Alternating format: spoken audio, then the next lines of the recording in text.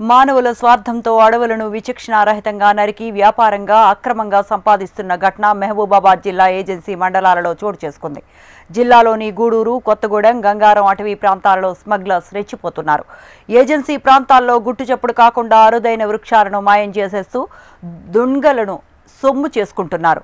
గంగారం మండలం రామారంలో సుమారుగా 50 టేకు దుంగలు విడతల వారీగా నిలువ చేసి ఉండటం గ్రామంలో చర్చనీయాంశంగా మారింది. ఈ విషయం బయటపడటంతో సుమారు 2 ట్రాక్టర్లు అరుదైన టేకు కలప రాత్రికి రాత్రే మాయమైంది. ఈ వ్యవహారం ఫారెస్ట్ అధికారులకు తెలియకుండా జరుగుతుందా అని స్థానిక ప్రజల్లో కీలకంగా చర్చగా మారింది. ఇప్పటికీ కలపను నరికి దుంగలను పట్టణ ప్రాంతాలకు తరలించి సొమ్ము చేసుకుంటున్నారు. ఈ మొత్తం వ్యవహారం అధికారుల కనుసన్నల్లోనే రాజకీయ నాయకుల అండదండలతో నడుస్తోందని ప్రజల్లో జోరుగా వినిపిస్తోంది.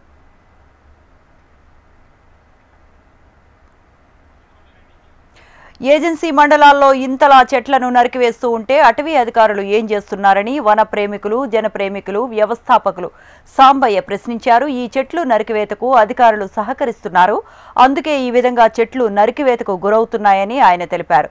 ఇకనైనా అధికారులు చెట్ల నరికివేతపై ప్రత్యేక నిఘా ఉంచి చెట్ల స్మగ్లింగ్ కాకుండా స్మగ్లర్స్ పై కఠిన చర్యలు తీసుకోవాలని సాంబయ్య అధికారులను ఆదేశించారు.